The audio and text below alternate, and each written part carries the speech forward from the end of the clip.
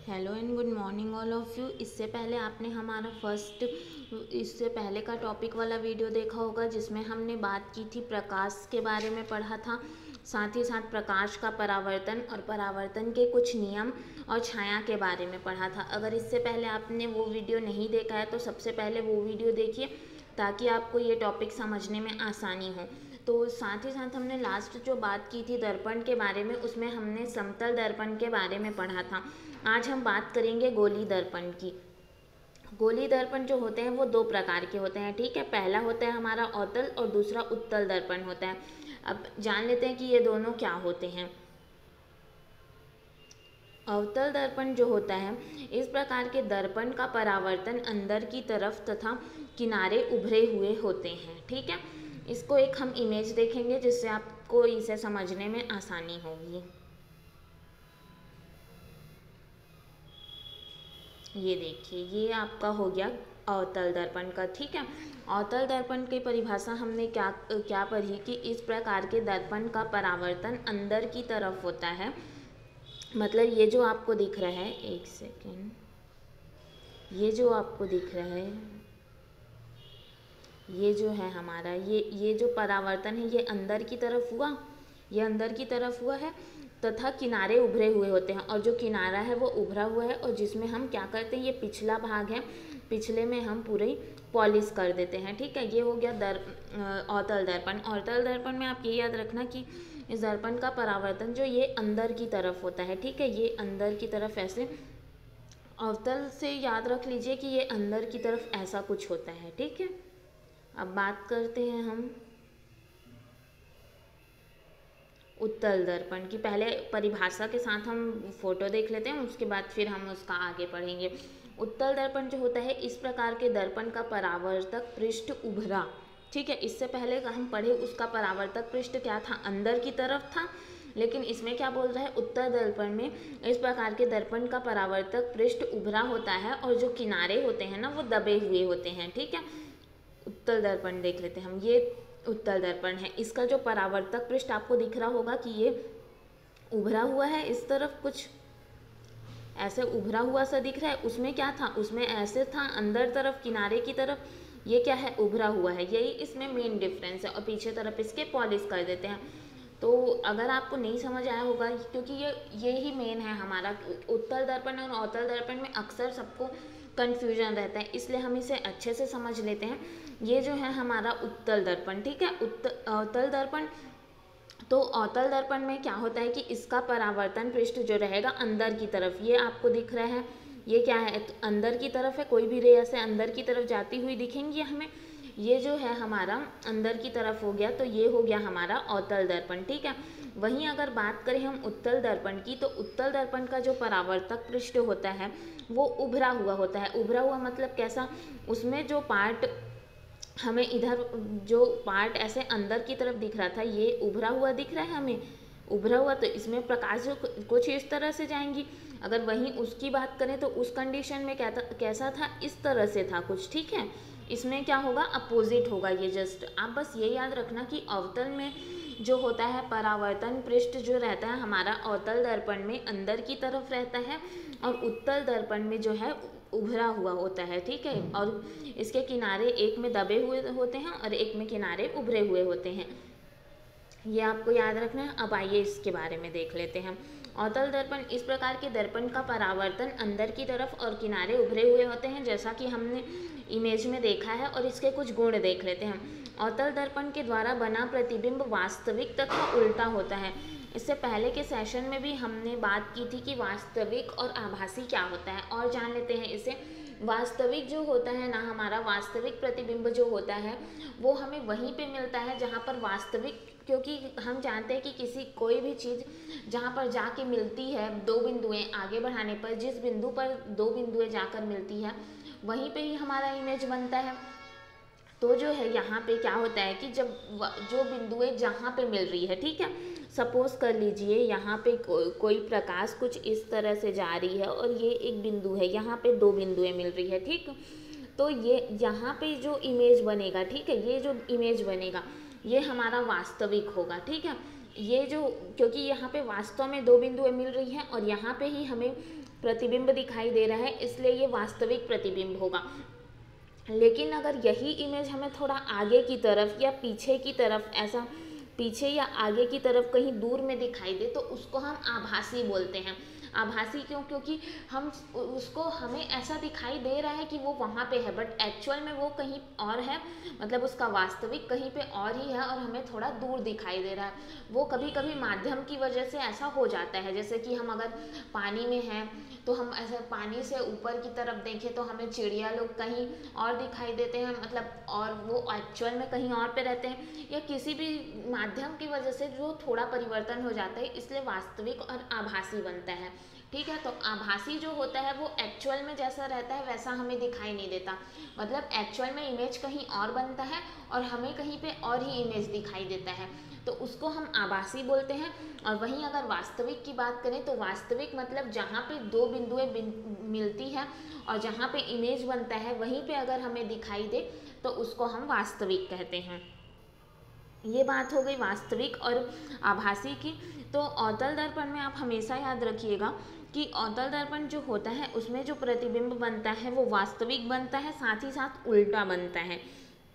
ये दोनों बात याद करने लायक है कि इसमें जो प्रतिबिंब बनता है वो वास्तविक बनता है, साथ ही साथ उल्टा बनता है। ठीक है, और इसे हम पर्दे पर प्राप्त कर सकते हैं, ये हमने पहले भी पढ़ा था।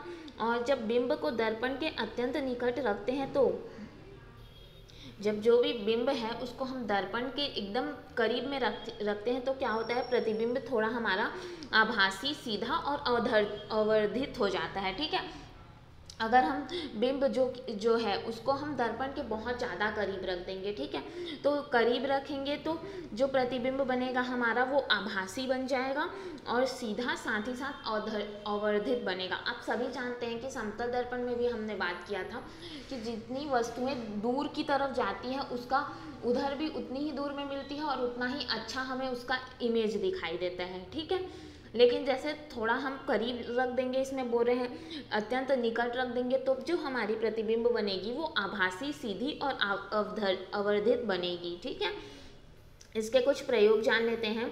इसका प्रयोग होता है दांत विशेषज्ञों द्वारा। अवतल दर्पण का प्रयोग दांत को बड़ा देखने के लिए किया जाता है। आँख, नाक, कान, गले के निरीक्षण में भी अवतल दर्पण का प्रयोग किया जाता है।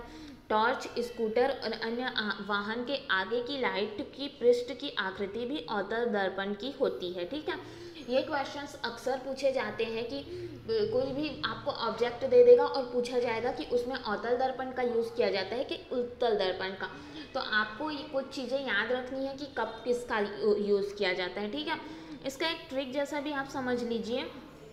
हो सकता है एक आध कुछ इसमें अपवाद होंगे, लेकिन इसे माना जा सकता है। जैसे कि एक अपवाद इसमें का है जो मैं आपको बताऊंगी।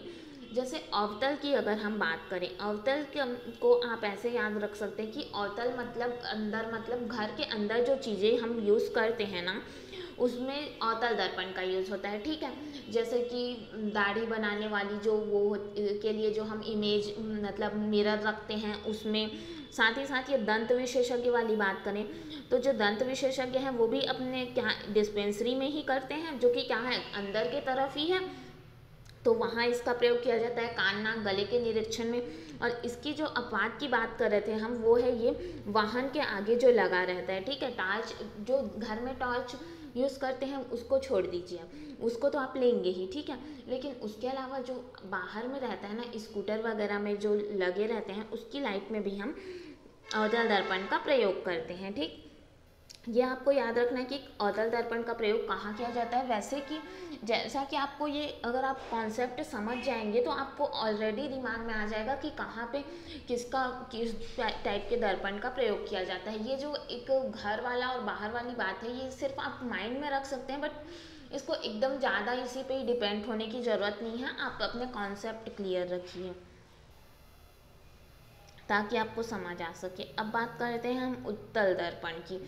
इस प्रकार के दर्पण का परावर्तक पृष्ठ जो होता है उभरा तथा किनारे दबा हुआ होता है। ठीक है, जो हमने देखा था आगे पीछे वाली अपनी इमेज में। इसके कुछ गुण जान लेते हैं। उत्तल दर्पण द्वारा प्रतिबिंब सीधा, आभासी और साइज में बिंब से छोटा बनता है। ठीक है, उत्तल दर्पण, जहाँ तक हमने अवतल दर्पण की बात की, अवतल दर्पण में क्या बन रहा था, सीधा आवर्धित और प्रतिबिंब आभासी बन रहा था। और अगर इधर बात करें तो वास्तविक और उल्टा बन रहा था। लेकिन अगर हम उत्तल दर्पण की बात करें तो उत्तल दर्पण के द्वारा बना प्रतिबिंब सीधा आभासी तथा साइज में बिंब से छोटा होता है। ठीक है, मतलब बिंब से आप क्या समझते हैं यहाँ पे कि जो भी ऑब्जेक्ट है ना, उसको अगर हम मिरर में देखेंगे तो वो साइज में जितना बड़ा है ना, उससे कुछ छोटा दिखाई देगा हमें। ठीक है, और प्रतिबिंब सीधा बनेगा और आभासी, आभासी मतलब वो वास्तविक जहाँ पे है वहाँ पे हमें नहीं दिखाई देगा, कुछ दूरी पर दिखाई दे सकता है, ऐसा कुछ हो सकता है। ये एग्जाम्पल से आपको और बेहतर तरीके से समझ आएगा। ठीक है, इस प्रकार के दर्पण का अधिक क्षेत्र का दृश्य प्रतिबिंब बनता है, क्योंकि जैसा कि इसमें बोल रहा है कि छोटा बनता है। छोटा बनता है मतलब बहुत सारी चीज़ों को आप ला सकते हैं, क्योंकि छोटे छोटे इमेज तो बहुत सारी चीज़ों के दिख सकते हैं हमें। वही बड़ा बनता तो ऐसा कह सकते थे कि सिर्फ एक ही इमेज बनेगा जो कि एक बड़ा सा दिखेगा हमें। ठीक है, ये बात हो गई। ये आप और देख लीजिए एक बार, अवतल दर्पण देख लीजिए, इसका जो रहता है परावर्तक पृष्ठ अंदर के तरफ रहता है, और वहीं उत्तल दर्पण की बात करें तो परावर्तक पृष्ठ उभरा हुआ रहता है। ठीक है, देख लेते हैं अब हम किसके बारे में बात कर रहे थे, उत्तल दर्पण की। तो इसके कुछ प्रयोग हैं जो हमें उपयोग है, जिसे हम देख लेते हैं। वाहन का साइड मिरर आप सबने देखा होगा, कोई भी वाहन जैसे ट्रक ले लीजिए या आपकी बाइक या कार, किसी में भी जो साइड मिरर रहता है ना, उसमें उत्तल दर्पण बना होता है। ठीक है, जिसके कारण चालक को पीछे का अधिक क्षेत्र का वाहन दिखाई देता है। आप सबने देखा होगा कि उसमें जो हमें पीछे बहुत दूर तक की जो गाड़ियाँ रहती है, ऐसा नहीं है कि हमें सिर्फ अपने पीछे की, हम चाहे तो कुछ दूरी तक का हम देख सकते हैं कि पीछे कितनी गाड़ियाँ हैं। टर्न करने के टाइम या कभी कभी आप देखे होंगे तो आपने ही गौर किया होगा, तो वहाँ पे हम क्या करते हैं, वहाँ पे उत्तल दर्पण का हम प्रयोग करते हैं। ठीक है, क्योंकि उत्तल दर्पण जो होता है हमारा, उसमें बहुत सारा हम पीछे बहुत दूरी तक देख सकते हैं। ठीक है, आभासी प्रतिबिंब बनता है। कुछ कुछ बातें आप याद रखना। और उत्तल दर्पण के साथ ही साथ जैसे जितना भी बाहर की चीज़ें हैं, ठीक है, बाहर जैसे कि मान लीजिए आप ये, एक तो ये गाड़ी वाली बात हो गई, साथ ही साथ जो रोड में लाइट्स वगैरह लगे रहते हैं, और जो एक मोड़ बना होता है वहाँ पे एक कांच का एक स्लाइड जैसा लगा रहता है, समझ लीजिए मिरर टाइप का, जिसमें हमें उस साइड से आती हुई गाड़ियाँ दिखाई देती हैं। वो सब भी जो होता है बाहर की अधिकतर जगहों में ना उत्तल दर्पण का प्रयोग किया जाता है। लेकिन मैं अभी भी आपको कहना चाहूँगी कि आप ये अंदर, घर के अंदर वाली चीज़ों और बाहर वाली चीज़ों के ट्रिक को दिमाग में रखिए, बट एकदम हद से ज़्यादा इस पर ही डिपेंडेंट मत होइए कि इसी बेस में, क्योंकि हर चीज़ में कुछ ना कुछ अपवाद तो होता ही है। आप ये नहीं कह सकते कि कोई भी ट्रिक एकदम 100% काम करिए। ये कह सकते हैं आप कि इसको आप अपने माइंड में रख सकते हैं ताकि आप बेहतर तरीके से, मतलब आपको ज़्यादा कन्फ्यूज़न क्रिएट ना हो। ठीक है, लेकिन जहाँ तक एक कॉन्सेप्ट की बात है, तो अगर कॉन्सेप्ट आप माइंड में रखेंगे तो आपको कोई कन्फ्यूज़न नहीं होगी। ठीक है, अब बात कर लेते हैं हम लेंस की, कि लेंस क्या होती है। तो जो हमारा लेंस होता है, लेंस एक पारदर्शी वस्तु होती है। ठीक है, लेंस के हम आर पार देख सकते हैं। इसमें क्योंकि प्रकाश की किरण जो होती है वो इसके आर पार आसानी से जाती है। ठीक है, इसीलिए हम आर पार देख पाते हैं। इससे पहले हमने पढ़ा था पारदर्शी अपारदर्शी। ठीक है, तो उसके बारे में हमने पढ़ा था कि कब हमें कोई भी वस्तुएं, जब प्रकाश आर पार चली जाती है तो दिखती है, नहीं जाती तो नहीं दिखती, और जब कुछ भाग जाती है कुछ भाग नहीं जाती तो धुंधली दिखती है। यह सब हमने पढ़ा था। तो लेंस जो होता है हमारा एक पारदर्शी वस्तु है। इसमें आर पार की वस्तुएं दिखाई देती है क्योंकि प्रकाश की किरण इसके आर पार आसानी से चले जाते हैं। ठीक है, लेंस वह पारदर्शी वस्तु है जिसके दो गोली पृष्ठ होते हैं। ठीक है, दो गोली पृष्ठ होते हैं, या आप ये कह सकते हो कि एक गोली होता है और एक समतल पृष्ठ होता है, आप ये भी कह सकते हो। ठीक है, लेंस जो होते हैं हमारे दो प्रकार के होते हैं। जैसे हमने अभी दर्पण पढ़ा, गोली दर्पण में दो प्रकार पढ़े हम, उसी तरह से लेंस भी होता है। एक अवतल लेंस होता है और दूसरा उत्तल लेंस होता है। ठीक है, जान लेते हैं ये क्या होता है। अवतल लेंस जो होता है, इस प्रकार के लेंस जो है ना, बीच में से पतले होते हैं। ठीक है, तथा किनारे से मोटे होते हैं। अवतल लेंस को हम अपसारी लेंस भी कहते हैं। यह लेंस आपतित किरणों को बाहर की ओर मोड़ देती है, अर्थात अपसारित कर देती है। ठीक है, इसमें जो भी किरण पड़ेगा ना सूर्य का, उसको ये बाहर के तरफ मोड़ देगी, मतलब अपसारित कर देगी। ठीक है, इसलिए इसको हम अपसारी लेंस भी कहते हैं। इसको भी हम आपको इमेज से बताएंगे ताकि आप बेहतर समझ सकें। और बात कर लेते हैं, हम पहले इसकी इमेज देख लेते हैं। ये जो है हमारा, ये आपको जो शुरू में दिख रहा है, ये हमारा अवतल लेंस है, ठीक है। अवतल लेंस के बारे में हमने जो पढ़ा उसमें आप देख लीजिए कि इस प्रकार के लेंस बीच से जो होते, इस प्रकार के लेंस जो हैं, बीच जो है ये इसका बीच दिख रहा है आप सबको, ये क्या होते हैं, बीच से पतले होते हैं हमने पढ़ा, तथा किनारे में मोटे। ये किनारे तरफ कुछ मोटाई दिख रही है आपको, किनारे में मोटे होते हैं, ठीक है। और ये अपने पर जो प्रकाश पड़ती है ना, आप जो आपतित किरण होती है उसको बाहर की ओर मोड़ देते हैं या अपसारित कर देते हैं, इसलिए इसको अपसारी लेंस कहते हैं। और वहीं अगर हम बात करें, पहले आप उत्तल लेंस को पढ़ लेते हैं हम। अवतल लेंस या अवतल लेंस जिसे हम अपसारी लेंस कहते हैं, और उत्तल लेंस की बात कर लेते हैं। इस प्रकार के लेंस किनारे से पतले होते हैं, ठीक है, तथा बीच में मोटे होते हैं। इन्हें अभिसारी लेंस भी कहते हैं। ये लेंस आपतित प्रकाश को अंदर की तरफ मोड़ देते हैं, अर्थात अभिसरित कर देते हैं।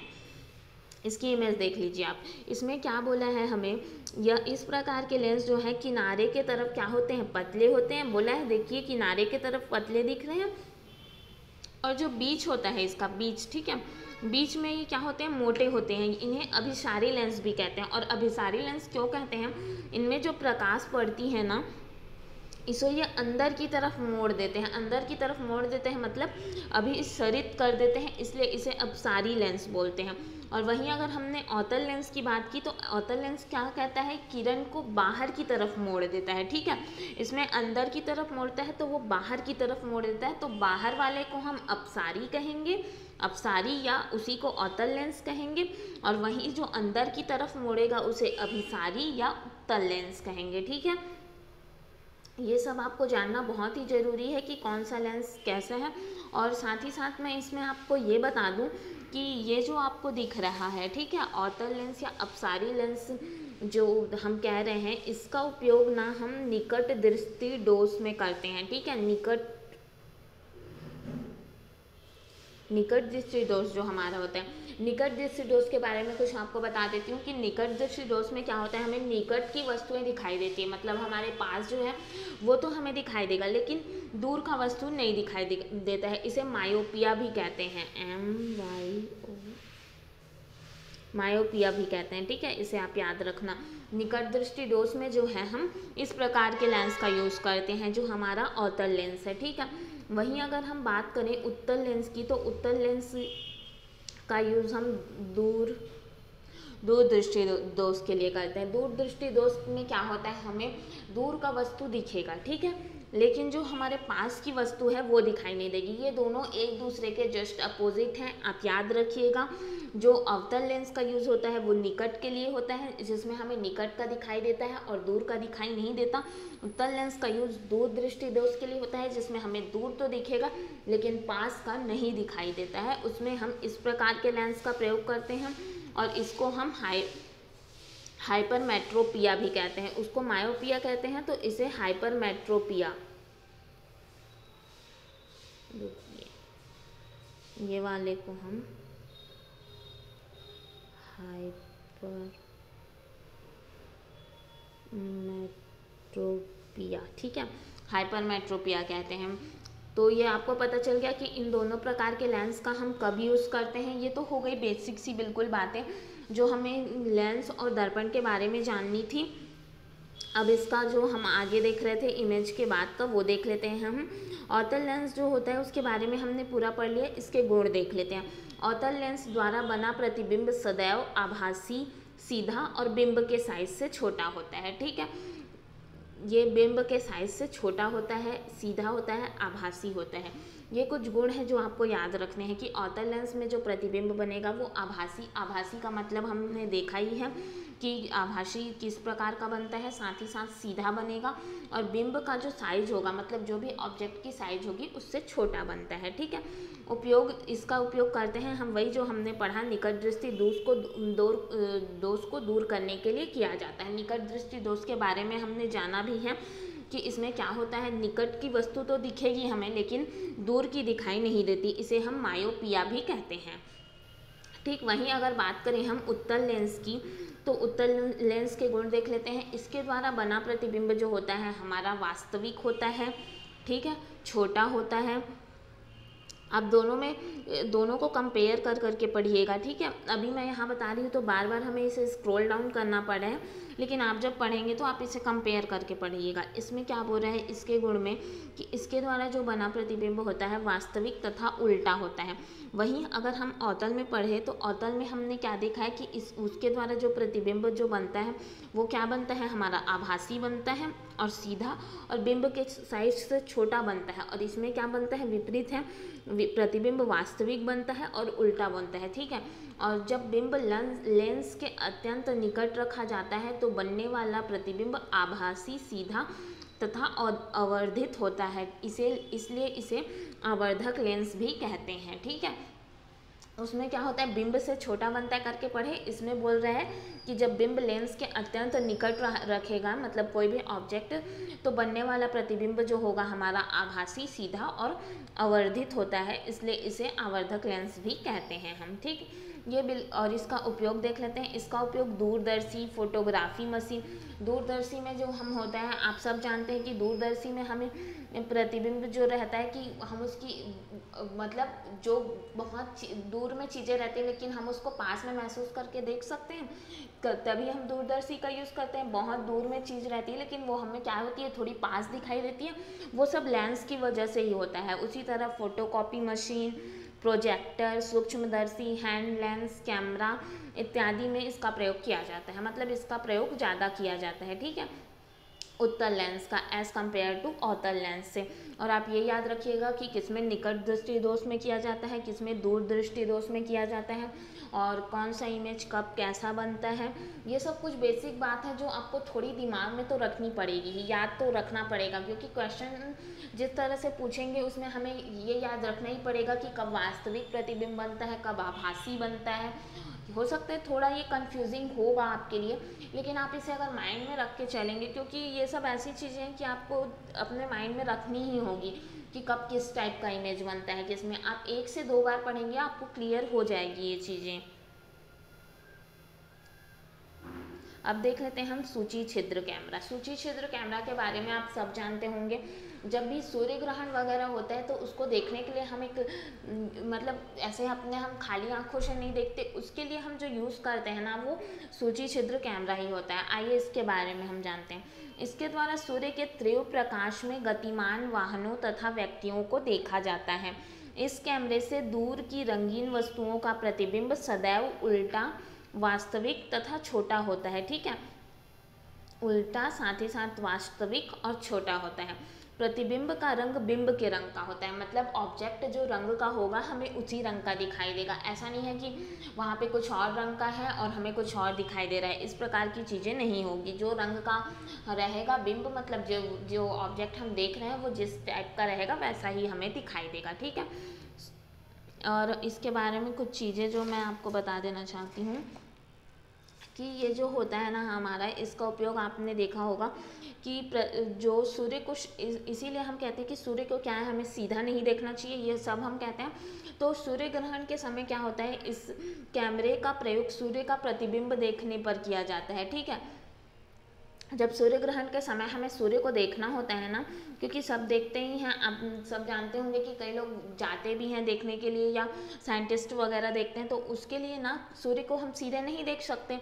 तो सूर्य ग्रहण के समय ना इसी कैमरे के द्वारा सूर्य का प्रतिबिंब देखने पर सूर्य का जो एक भाग रहेगा हमें धीरे धीरे जो होता है काला दिखाई देने लग जाता है, ठीक है, धीरे धीरे, एकदम ऐसा नहीं है कि आपको अलग ही दिखेगा, लेकिन आप अगर देखते रहेंगे ना तो धीरे धीरे इस प्रकार का परिवर्तन होता है। उसी प्रकार जैसे छाया का बनना, सूची छिद्र, प्रतिबिंब आदि तभी संभव है जब प्रकाश केवल सरल रेखा में गमन करे, ठीक है। जो मतलब ऐसा टाइप का प्रतिबिंब तभी संभव है जब प्रकाश जो है एकदम सीधी रेखा में गमन करता है। आप सबने देखा होगा कि हम जब इस प्रकार का देखते हैं तो हम ये कहते हैं कि आँख को हमें ऐसे रखना है एक साइड तरफ और हमें सीधे देखना है, तब हमें दिखेगा। आपने कभी देखा होगा तो आपने गौर किया होगा कि जब हम कुछ भी देखते हैं ऐसे दूरदर्शी टाइप का, मान लीजिए आप उसे, या जिस भी आपने कभी सूर्य ग्रहण देखा होगा तो उसका देखने के लिए जो यंत्र रहता है उसमें हम एक आँख को बंद करके कुछ सीधे देखते हैं हैं तब हमें पूरा क्लियरली दिखाई देता है, क्योंकि ये क्या होता है, ये सरल रेखा में ही गमन करते हैं तभी बन पाता है। ठीक है, छाया का बनना, सूची, छिद्र, प्रतिबिंब आदि तभी संभव है जब प्रकाश केवल हमारी सरल रेखा में गमन करे। ठीक, अब बात कर लेते हैं सूर्य के प्रकाश के बारे में। सूर्य का प्रकाश जो होता है वो श्वेत प्रकाश कहलाता है। ठीक है, क्योंकि यह 7 रंगों से मिलकर बना है। ये सब तो आपको पहले से ही पता ही है, हम बचपन से पढ़ते आ रहे हैं। सूर्य का प्रकाश जो है 7 रंगों से बना हुआ है। प्रकाश का रंग, जो प्रकाश का जो 7 रंग है उसको अपने रंगों में विभाजित होना ही हम विक्षेपण कहते हैं। ठीक है, जैसे आपने ये चीज़ देखा होगा कि जल संयुक्त रूप में एक प्रिज्म देखा है, आप सबने प्रिज्म देखा होगा, कुछ इस टाइप का प्रिज्म जो है हमारा कुछ इस टाइप का रहता है। तो वो क्या होता है, उसमें हम आप उसे रखेंगे ना तो आप आसानी से 7 कलर देख सकते हैं। हो सकता है आपने ये प्रयोग किया भी होगा। दर्पण तथा जल संयुक्त रूप में एक प्रिज्म की भांति कार्य करता है ये। ठीक है, जो प्रकाश को इसके रंगों में विभाजित कर देता है। दर्पण में आप देख सकते हैं या फिर आप प्रिज्म में देखे होंगे, तो ये क्या करता है, जो प्रकाश को उसके रंगों में विभाजित कर देता है। और प्रकाश का अपने रंगों में विभाजित होना ही विक्षेपण कहलाता है। प्रकाश का विक्षेपण क्या कहलाता है, प्रकाश जब अपने रंगों में विभाजित हो जाता है। ठीक है, इधर से जो आप सूर्य प्रिज्म रखेंगे आप बीच में, इधर से जो सूर्य के प्रकाश आएगा, ठीक है, इधर से और इधर जो है 7 रंगों में आपको दिखेगा। ठीक, वो होता है हमारा प्रकाश, उसे ही हम क्या कहते हैं, प्रकाश का अपने रंगों में विभाजित होना ही विक्षेपण कहलाता है। अब बात कर लेते हैं कि प्रकाश का प्रकीर्णन क्या होता है। जब प्रकाश सूक्ष्म कणों से टकराकर सभी दिशाओं में प्रसारित होता है, ठीक, तो उसे, एक सेकेंड, जब प्रकाश सूक्ष्म कणों से टकराकर सभी दिशाओं में प्रसारित होता है तो उसे प्रकाश का क्या कहते हैं, प्रकीर्णन कहते हैं। ठीक है, किसी रंग का प्रकीर्णन उसके तरंग दैर्ध्य पर निर्भर करता है। तरंग दैर्ध्य आप सब जानते हैं, तरंग दैर्ध्य मतलब लैम्डा पर, जिसे हम लैम्डा से डिनोट, एक सेकेंड, लैम्डा से डिनोट करते हैं, ये लैम्डा पर निर्भर करता है। ठीक है, जिस रंग का तरंग दैर्ध्य सबसे कम होता है उसका प्रकीर्णन जो होता है सबसे ज़्यादा होता है। ठीक है, रंग का तरंग दैर्ध्य जितना कम होगा उसका प्रकीर्णन उतना ही ज़्यादा होगा। और प्रकीर्णन मतलब हमने जाना, प्रकीर्णन क्या होता है, जब प्रकाश सूक्ष्म कणों से टकराकर सभी दिशाओं में प्रसारित हो जाता है। ठीक है, सूक्ष्म कण ले लीजिए आप, धूल या कोई भी चीज़ ले लीजिए, उसमें टकराकर जब वो सभी दिशा में प्रसारित होता है तो उसे प्रकाश का हम प्रकीर्णन कहते हैं। प्रसारित मतलब पूरे तरफ फैल जाता है। ठीक है, और जिस रंग का तरंग दैर्ध्य सबसे कम होता है उसका प्रकीर्णन सबसे ज़्यादा होता है, ये हमने पढ़ लिया। जिस रंग का तरंग दैर्ध्य सबसे कम होता है उसका, ये 2 बार ले डाले हैं हम। बैगनी रंग का प्रकीर्णन जो होता है हमारा सबसे अधिक होता है। ठीक है, सबसे अधिक क्यों होगा अब ये बताइए आप, क्योंकि हमने क्या पढ़ा है, जिस रंग का तरंग दैर्ध्य सबसे कम होगा उसका प्रकीर्णन सबसे ज़्यादा होगा। तो बैगनी रंग का तरंग दैर्ध्य कम होता है इसलिए इसका प्रकीर्णन सबसे अधिक होता है। वहीं अगर हम लाल रंग की बात करें तो लाल रंग का तरंग दैर्ध्य क्या होता है, सबसे अधिक होता है, इसलिए इसका प्रकीर्णन सबसे कम होता है। ये आप याद रखिएगा कि कौन से रंग का प्रकीर्णन अधिक होता है और कौन से रंग का प्रकीर्णन सबसे कम होता है। और जिसका जो है तरंग दैर्ध्य अधिक होगा, ठीक है, मान लीजिए लैम्डा का मान अधिक होगा तो प्रकीर्णन क्या होगा, कम होगा।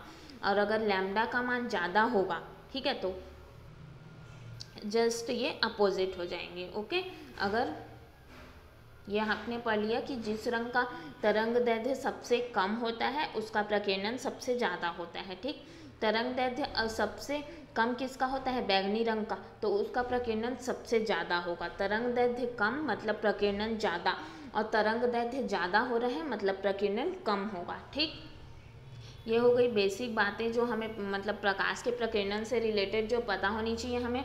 अब मैं आपको कुछ प्रकाश के प्रकीर्णन के उदाहरण बता देती हूँ। जैसे कि आपने देखा होगा कि आकाश जो हमें, स्वच्छ आकाश हमें नीला दिखाई देता है, क्योंकि नीले रंग का प्रकीर्णन क्या होता है, सबसे अधिक होता है। ठीक है, नीले रंग का प्रकीर्णन अधिक होता है इसलिए हमें, और हमने क्या पढ़ा अभी कि जिसका तरंग दैर्ध्य अधिक होता है उसका प्रकीर्णन कम होता है, और जिसका तरंग दैर्ध्य कम होता है उसका प्रकीर्णन ज़्यादा होता है। तो स्वच्छ आकाश हमें नीला इसलिए दिखाई देता है क्योंकि नीले रंग का प्रकीर्णन अधिक होता है। प्रकीर्णन अधिक होता है मतलब तरंगदैर्ध्य क्या होगा, कम होगी, ठीक है। और उगते और डूबते हुए सूरज को आपने देखा होगा कि वो क्या होता है, हमें हल्का रेड टाइप का दिखाई देता है, रेडिश कलर होता है उसका, क्योंकि लाल रंग का प्रकीर्णन, ये हमने ऊपर पढ़ा ही अभी कि लाल रंग का प्रकीर्णन क्या होता है, सबसे कम होता है, क्योंकि उसका तरंगदैर्ध्य का मान अधिक होता है। बाकी अन्य कणों को का प्रकीर्णन हमारी आंखों तक पहुंचने से पहले आ चुका होता है, ठीक है। और उसके अलावा जो अन्य कण होते हैं ना, उनका प्रकीर्णन हमारी आंखों तक पहुंचने से पहले ही हो चुका होता है, ठीक है। इसलिए हमें लाल रंग जो होता है बस हमें उसमें लाल ही दिखाई देता है उगते और डूबते सूरज में, ठीक है। तीसरा देख लेते हैं हम कि दोपहर के समय सूर्य जो है हमें थोड़ा सफ़ेद टाइप प्रतीत होता है। अगर आपने कभी गौर किया हो तो ऐसा होता है, क्योंकि ये क्यों होता है, कम दूरी के कारण नीले और बैंगनी रंग का थोड़ा भाग ही प्रकीर्ण हो पाता है, ठीक है। कम दूरी के कारण क्या होता है कि नीले और बैंगनी रंग का थोड़ा ही भाग प्रकीर्णित हो पाता है, इसलिए हमें दोपहर के समय सूर्य श्वेत प्रतीत होता है। वहीं अंतरिक्ष से आकाश क्या है, अंतरिक्ष में जो गए हैं ना, उन लोगों ने ऐसा बताया है, अब आप तो गए हों, मतलब हम आप तो जानते नहीं उतना, लेकिन ऐसा पढ़ने में पाया गया है कि अंतरिक्ष में जो है ना आकाश काला दिखाई देता है, क्योंकि वायुमंडल का उसमें अभाव होने के कारण प्रकाश का प्रकीर्णन की क्रिया ही नहीं हो पाती उसमें, ठीक है।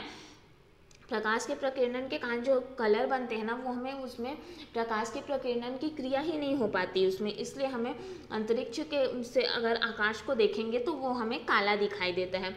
और समुद्र के पानी का जो प्रकीर्णन होता है उसी के कारण ही वह नीला दिखाई देता है, ठीक है। मतलब बहुत सी चीज़ें जिसके आपको कलर दिख रही है ना, उसका कहीं ना कहीं रीज़न प्रकीर्णन ही है। प्रकीर्णन और उसके तरंगदैर्ध्य पर ही निर्भर करता है, ठीक है। किसका प्रकीर्णन ज़्यादा है, किसका तरंगदैर्ध्य ज़्यादा है, इस पर ही निर्भर करता है जो भी हमें दिखाई देता है। अब बात कर लेते हैं हम टिंडल प्रभाव। ये सब आपने पढ़ा ही होगा, लेकिन फिर भी बात करते हैं हम कि जब कोलाइडी कण जैसे सूक्ष्म कण जैसे धुआं, जल के सूक्ष्म कण, धूल के निलंबित कण, वायु के अणु प्रकाश का प्रकीर्णन कर देते हैं तो इसे टिंडल प्रभाव कहते हैं, ठीक है। टिंडल प्रभाव को क्यों कहा जाता है, क्योंकि इसको सबसे पहले टिंडल नाम के वैज्ञानिक ने देखा था, और उन्होंने क्या देखा था ये मैं आपको बताना चाहूँगी, ठीक है। सपोज कर लीजिए आप यहाँ पे आपका कोई कोलाइडी विलियन है, ठीक है। कोलाइडी विलियन है तो यहाँ पे जो होगा ना, कुछ इस तरह से प्रकाश जाती हुई नजर आएगी आपको, ठीक। इधर आगे और बढ़ेंगी, लेकिन यहाँ से इस तरह से प्रकाश जाएंगी, ठीक है। यहाँ से ये सारी प्रकाश जाते जाएंगी, तो ये जो आपको पार्ट है ये, ठीक है, ये कुछ इस तरह से रहेगा ये पार्ट हमारा, और यहाँ से प्रकाश की किरण इस तरह से आगे बढ़ जाएंगी, ठीक। ये हो गया। ये जो बीच में है आपका ये हमारा कोलाइडी किरण है, ठीक है, मतलब कोलाइडी विलियन है हमारा। कोलाइडी विलियन ले लीजिए आप, जिसमें कोलाइडी कण होंगे। कोलाइडी कण मतलब देखा हमने सूक्ष्म कण जैसे धूल के निलंबित कण, वायु के कण आदि इसमें कोलाइडी विलियन में उपस्थित हैं, ठीक है। यहाँ से सपोज कीजिए कि कोई प्रकाश जारी है यहाँ से, ठीक है, प्रकाश जारी है तो ये क्या होगी, कुछ इस तरह से जाएगी और यहाँ पे एक शंकु का निर्माण होगा, ठीक है। इसे टिंडल शंकु भी कहते हैं, और इधर जाके जो प्रकाश होगी वो अपने मार्ग में फैल जाएगी। तो ये जो हमें इस शंकु के टाइप में ही जो प्रकाश दिखाई दिया और शंकु का ही निर्माण हुआ ना, उसे सबसे पहले टिंडल नाम के वैज्ञानिक ने देखा। टिंडल नाम के वैज्ञानिक ने देखा, इसलिए ही इसे हम टिंडल प्रभाव कहते हैं। इसमें क्या होता है कि बीच में कोलाइडी विलियन होती है, यहाँ से हम कोई प्रकाश भेजते हैं तो प्रकाश क्या होता है, एक शंकु की आकृति बनाकर ही जाती है, ठीक है, शंकु के शेप में जाती है, जिसे हम टिंडल शंकु भी कहते हैं, और इधर जाकर जो है प्रकाश अपनी दिशा में फैल जाती है। जैसे आपने कभी कभी देखा होगा कि कमरे पर अगर किसी छिद्र से प्रकाश आती है तो उसे भी आप यही कह सकते हैं टिंडल प्रभाव के कारण, ठीक है। और उसी तरह आप उदाहरण ले सकते हैं कि जब प्रकाश की किरणें घने जंगल से गुजरती है तब भी यह प्रभाव देखा जाता है। आप देखना कि जब आप कभी घने जंगल में गए होंगे या कभी आपने महसूस किया होगा कि जंगल में जो प्रकाश जाती है तो वो हमें अलग से दिखाई देती है, एक लाइन में जाती हुए, जो कि एक शंकु के शेप में रहता है, ठीक है। शंकु कैसा होता है, कुछ इस टाइप का होता है, इसी टाइप का जो किरण है वो जाती है, ठीक है। वहीं कहीं आप रूम में ऐसे आपके अगर कोई छेद है तो वहाँ से अगर कोई प्रकाश जाएगी तो आप देखना कुछ इसी आकृति में जाती है, शंकु आकृति में, जिसे हम टिंडल शंकु कहते हैं। और इसको सबसे पहले टिंडल नाम के वैज्ञानिक ने देखा था, इसलिए प्रकाश के इस प्रभाव को हम टिंडल प्रभाव कहते हैं। इसका उदाहरण एक और है कि जब प्रकाश के पुंज को एक छोटे से छिद्र से अगर कमरे में हम प्रवेश कराएंगे तो भी हम इस प्रकार का प्रभाव देखेंगे। आप कमरे को पूरा बंद कर दीजिए और किसी छोटे छिद्र या आपके खिड़की में अगर कोई छोटा सा छेद है तो आप पाएंगे कि वहाँ से प्रकाश जो है एक बिल्कुल शंकु की आकृति में कुछ इस तरह से होगी, ठीक है, कुछ इस तरह से पाई जाएगी। इसे ही हम टिंडल प्रभाव कहते हैं। होप आपको ये समझ आया होगा। आगे हम बात करते हैं प्रकाश के अपवर्तन के बारे में, ठीक है। प्रकाश का अपवर्तन क्या होता है? जब प्रकाश की किरण एक पारदर्शी ठीक है विरल माध्यम से दूसरे पारदर्शी सघन माध्यम में प्रवेश करती है तब वह अभिलंब की तरफ झुक जाती है, और जब वो सघन से विरल माध्यम में प्रवेश करती है, ठीक है, विरल से सघन की बात की है, अब सघन से विरल माध्यम में प्रवेश करती है तो वो अभिलंब से दूर हट जाती है, अर्थात किरण अपनी मूल दिशा से विचलित हो जाती है, तो इसे हम प्रकाश का अपवर्तन कहते हैं। जब तो प्रकाश का अपवर्तन आप ये समझिएगा, प्रकाश का अपवर्तन आपको प्रकाश का अपवर्तन आप इस चीज़ में समझ सकते हैं आप कि किरण जो है वो ना अपने मूल दिशा से विचलित हो जाती है, ठीक है, कोई सघन माध्यम है। आपको यहीं पे मैं एक डायग्राम के थ्रू समझा देती हूँ। कोई एक सघन माध्यम है और विरल माध्यम है, ठीक है, तो यहाँ से आप एक सेकेंड रुकिएगा, ये तो सेकंड का एग्जाम्पल हो गया।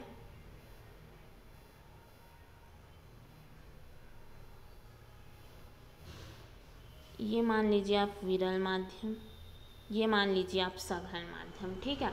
तो क्या बोल रहा है कि जब प्रकाश की किरण एक पारदर्शी विरल माध्यम से दूसरे पारदर्शी सघन माध्यम में प्रवेश करती है तब वह अभिलंब की तरफ झुक जाती है, ठीक है। क्या बोल रहे हैं इसमें आप ये देखिए, विरल माध्यम से, ठीक, विरल माध्यम ये है हमारा, तो विरल माध्यम से यहाँ से कोई किरण मान लीजिए, ठीक है, यहाँ से कोई किरण क्या कर रही है, पारदर्शी सघन माध्यम में प्रवेश करती है, तो वह अभिलंब की तरफ क्या होगी, ऐसे कुछ झुकी हुई होगी, ठीक है, कुछ झुकी हुई प्रतीत होगी। ये जो होगा आई हो जाएगा, ये जो होगा आर हो जाएगा, ठीक है, कुछ झुकी हुई होती है तब, और जब सघन से विरल में प्रवेश करेगी और वही प्रकाश किरण, अब मैं इसको रिमूव कर देती हूँ, देन आपको बताती हूँ, फिर वही प्रकाश किरण अगर, ठीक है, वही अभिलंब की तरफ जब वही प्रकाश किरण सघन से विरल में प्रवेश करेगी, मतलब यहाँ से कोई प्रकाश किरण विरल में प्रवेश करेगी, ठीक, विरल में प्रवेश करेगी तब वह अभिलंब से दूर हटेगी, मतलब इधर जो हमारा कोण बनेगा ना यहाँ पे, वो उसके कंपेयर में इधर की दूरी ज़्यादा रहेगी, इनके बीच की जो दूरी रहेगी ना वो यहाँ के कंपेयर में ज़्यादा रहेगी, ठीक है। तो इस प्रकार से जब प्रवेश तो अभिलंब से दूर हट जाती है, मतलब जो किरण आप देख रहे हैं वो क्या हो रही है, अपनी मूल दिशा से विचलित होती जाती है। तो इस प्रकार जो होता है उसे ही हम प्रकाश का अपवर्तन कहते हैं, और को किरण का विचलन होना या विचलन वाली प्रकाश की विचलन के कारण ही क्या होती है, प्रकाश की गति है, ये विचलन गति है, ठीक है। अगर आपको नहीं समझ आया होगा तो मैं आपको एक बार फिर से समझाती हूँ। फर्स्ट केस में जब कोई भी प्रकाश किरण पारदर्शी विरल माध्यम से सघन माध्यम में प्रवेश करती है तो अभिलंब की तरफ झुक जाती है, ठीक है, अभिलंब की तरफ झुक जाती है। और वहीं हम सेकंड केस की बात करें तो क्या होगा, जब सघन माध्यम से विरल माध्यम में पहुंचेगी तो वो क्या होगी, अभिलंब से दूर हटेगी कुछ इस तरह से, ठीक है। तो यहाँ पे की दूरी आपको कम नज़र आ रही होगी और यहाँ पे की दूरी ज़्यादा नज़र आ रही है, क्योंकि क्या हो रहा है, वो दूर हट रही है, ठीक है। तो यहाँ पे वो कुछ पास में रहेगी लेकिन यहाँ पे दूर हट जाएगी। यह आप आगे आपको और समझ आएगा जब हम प्रकाश का पूर्ण आंतरिक परावर्तन आपको समझाएंगे, तो उस डायग्राम से आपको और क्लियर हो जाएगा। मैंने उसका डायग्राम नहीं ले पाया है, सिर्फ मैंने यहाँ पे प्रकाश के पूर्ण आंतरिक परावर्तन का ही डायग्राम लिया है, इसलिए मैंने ये आपको ड्रॉ करके समझाने की कोशिश की। तो इसका कुछ कुछ आप घटनाएं देखे होंगे जो मैं बता रही हूँ कि प्रकाश के अपवर्तन के कारण होती है, ठीक है। जैसे कि रात में तारों का टिमटिमाना, रात में जो तारे टिमटिमाते हैं ना, वो प्रकाश के अपवर्तन के कारण ही होता है। और पानी में अगर पड़ा हुआ आपने सिक्का देखा होगा तो वो ऊपर उठा हुआ दिखाई देता है हमें, ठीक है। वो एक्चुअल में उठा नहीं रहता, लेकिन हमें प्रकाश के अपवर्तन के कारण, क्योंकि एक क्या है हमारा वायु मान लीजिए, ठीक है, एक सघन माध्यम मान लीजिए और एक विरल माध्यम मान लीजिए। तो उसमें हमने कहा कि एक तरफ क्या होता है, अभिलंब की ओर झुकती है एक कंडीशन में, और एक कंडीशन में क्या होता है, अभिलंब से दूर होती हुई प्रतीत होती है, जिसके कारण ही हमें क्या होता है कि पानी में पड़े हुए सिक्के जो है हमें ऊपर उठा हुआ दिखाई देने लगता है। और वहीं पानी में आधी डूबी हुई जो छड़ होती है ना, वो कभी आप देखना, अगर नहीं देखे होंगे तो वो हमें थोड़ी टेढ़ी सी दिखाई देती है। और अगर सूर्योदय के कुछ समय पहले और सूर्यास्त के कुछ समय बाद तक सूर्य क्षितिज के नीचे होने पर भी हमें दिखाई देता है, ठीक है। हम कभी कभी ये कहते हैं कि सूर्य अगर क्षितिज के नीचे होता है तो भी हमें दिखाई देता है। ये किस वजह से होता है, ये प्रकाश के अपवर्तन के कारण होने वाली कुछ घटनाएं हैं, ठीक है।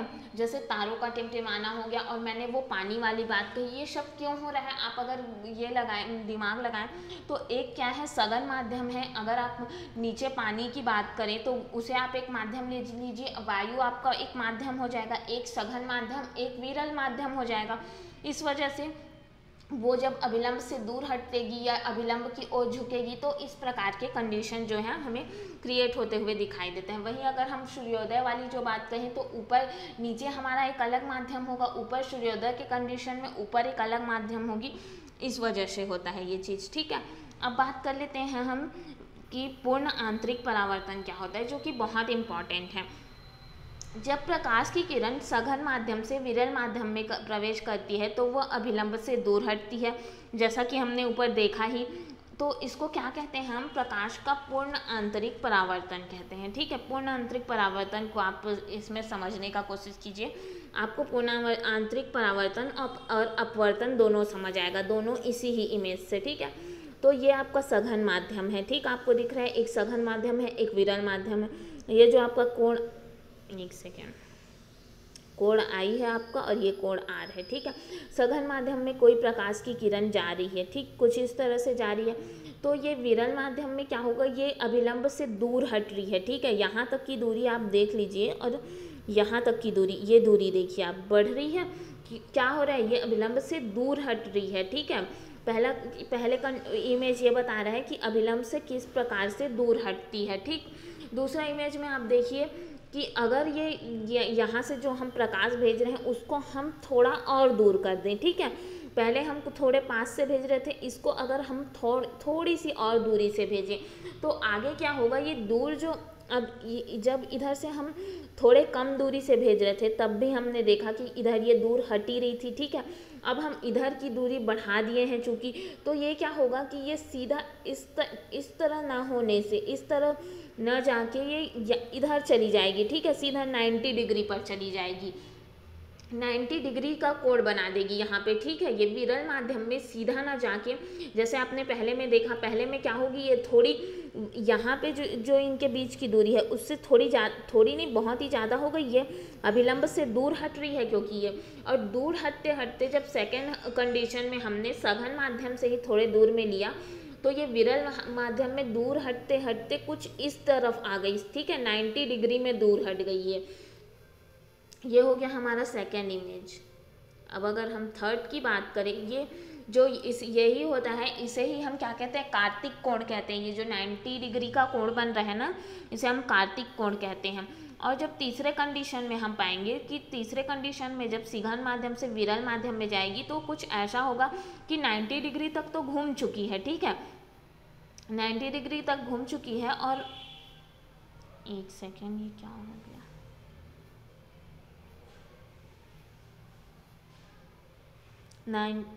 सॉरी,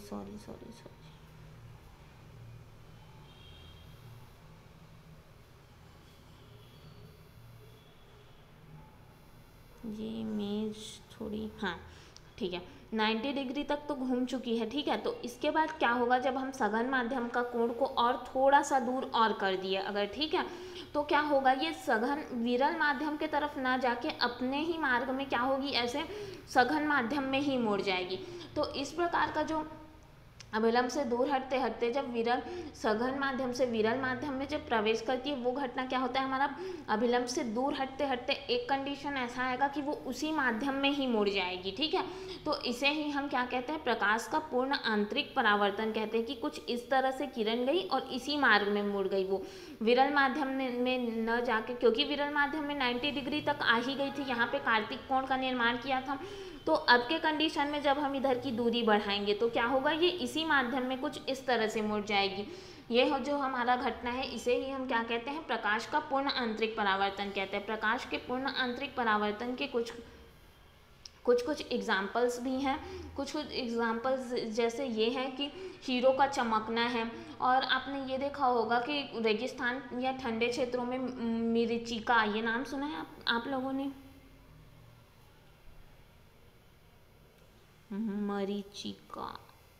मरीचिका होता है एक। मरीचिका क्या होता है, मरीचिका की एक घटना जो है, ये हमारी पूरी तरह से प्रकाश के पूर्ण आंतरिक परावर्तन पर ही डिपेंड करती है। कि इसमें कंडीशंस क्या होते हैं, आप ये देखिएगा। प्रकाश के पूर्ण आंतरिक परावर्तन के कारण क्या होता है हमें, कि जो रेगिस्तान में जो लोग चलते रहते हैं ना गर्मियों में, उनको जो पेड़ रहेगा, ठीक है, जो आपका पेड़ है, जैसे आप रेगिस्तान में सपोज करिए कि आप जा रहे हैं, तो उनमें क्या होगा कि जो पेड़ रहेगा ना, आपको वो पेड़ आपको ऐसा दिखाई देगा, उल्टे की तरफ आपको दिखाई देगा। ठीक है, ऐसे नीचे की तरफ ऐसे उल्टा हुआ आपको पेड़ दिखाई देगा, जिससे क्या होता है, रेगिस्तान में लोगों को वहाँ पे पानी होने का भ्रम हो जाता है। पानी होने का भ्रम क्यों होता है, क्योंकि आपने देखा होगा कि पानी में क्या होता है, हमें अगर पेड़ पानी के मतलब नदी के पास अगर पेड़ है, तो उसकी परछाई ऐसे नदी में पड़ती है, तो हमें पेड़ उसमें उल्टा दिखाई देते हैं ना। कुछ इसी प्रकार की घटना होती है उसमें भी। तो उसमें क्या होता है, उन लोगों को पेड़ जो है उल्टा दिखाई देता है प्रकाश के पूर्ण आंतरिक परावर्तन के कारण, जिस वजह से उन्हें ये भ्रम हो जाता है कि वहाँ पे पानी है। इस घटना को ही हम क्या कहते हैं, मिर्चिका वाली घटना कहते हैं। साथ ही साथ जो होता है हमारा, होप आपको ये समझ आया होगा मिर्चिका वाला एग्जाम्पल, कि इसमें जो रहता है, ये एक प्रकार का प्रकाश के पूर्ण आंतरिक परावर्तन के कारण एक भ्रम हो जाता है। हमें ऐसा लगता है कि वहाँ पे पेड़ उलता है, मतलब वहाँ पे पानी है, पर एक्चुअल में वहाँ पे ऐसा कुछ नहीं रहता। ये सिर्फ प्रकाश के पूर्ण आंतरिक परावर्तन के कारण ये घटना घटित होती है। ठीक है, और जैसे कि हीरो का चमकना है, और चटका हुआ कांच में जो चटके हुए कांच आप देखे होंगे, मतलब जो टूट जाता है, कांच में दरार पड़ जाती है, उनका चमकना, और पानी में हवा भरे हुए बुलबुले जो रहते हैं, जैसे आपने पानी में कभी बुलबुले देखे होंगे, तो वो क्या होती हैं, वो उसमें अगर पड़ेगा कोई चीज़न, तो उनका जो चमकना है, ये सब जो है हमारे प्रकाश के पूर्ण आंतरिक परावर्तन के कारण ही होते हैं। ठीक है, इनके पीछे का जो रीजन है, ये प्रकाश का पूर्ण आंतरिक परावर्तन ही है। होप आपको हमारा